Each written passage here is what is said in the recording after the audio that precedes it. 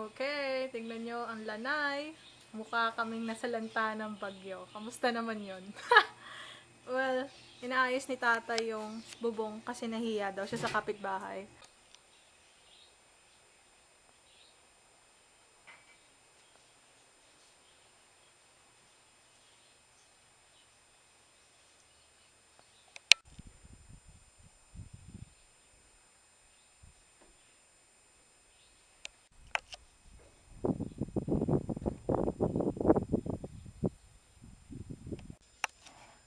Tay, ano yan? I don't know. It look like extinguished coral snake and whatever.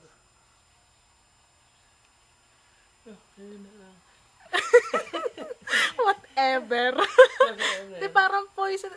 Itapat mo dito. Ayun nga, ayun o. Ayun o, may kulay. Ibig sabihin poisonous. Saan mo nakuha yan? Doon o, nakapulupot doon o, sa tabi. Ako yung lakad ng lakad. Nakapa. O so, sir, ano nang ginagawa nyo ngayon? Ito, tinatanggal lang. Mga bakal-bakal, ibebenta.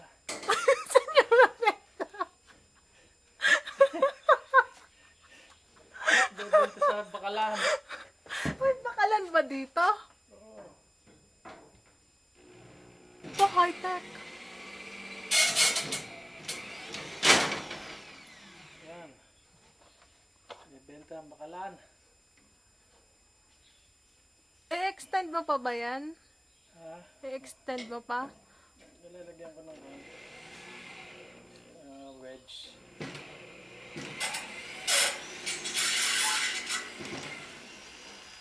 Oo nga, kasi parang walang kwenta kapag hindi mo in-extend. Magbabasa din yung lanay. Sana niya. Kaya,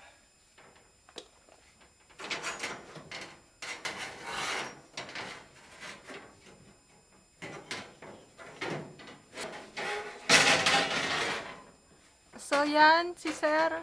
ready to assemble. Assemble.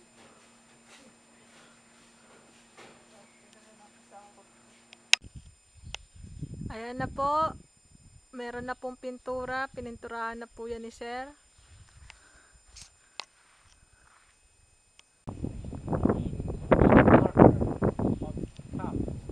Wow, English. Top of the roof. That will be my ultimate guide.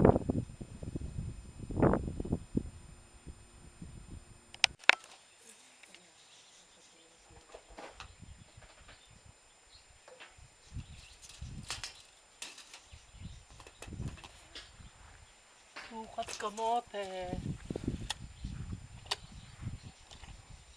See my legs. You see my legs. Huwag mo naman i-expose yung legs ko. Ang ganda ng legs mo. Japorms at Japorms. Tingnan niyo. Kasi kakatarbaho na-expose yun.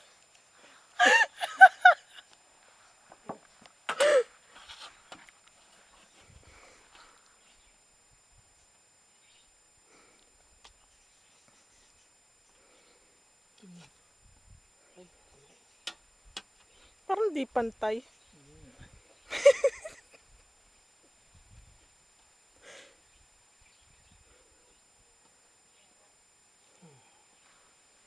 Pakikita ko sa iyo kung paano maglagare ng yero.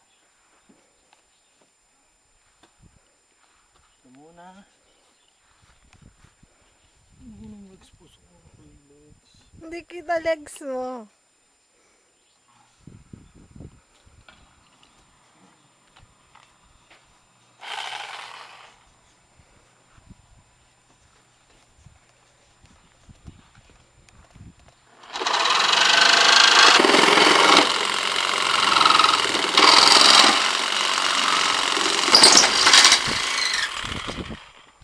Tapos, putol.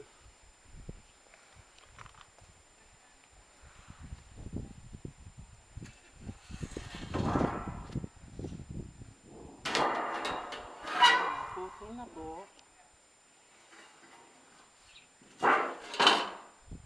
Tapos, gugupitin na.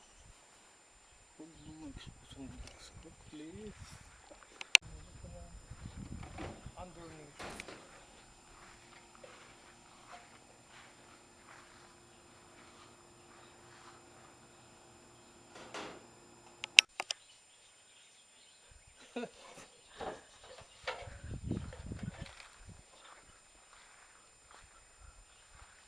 Konti na lang.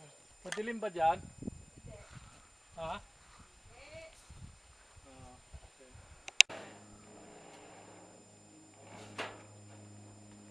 The final phase.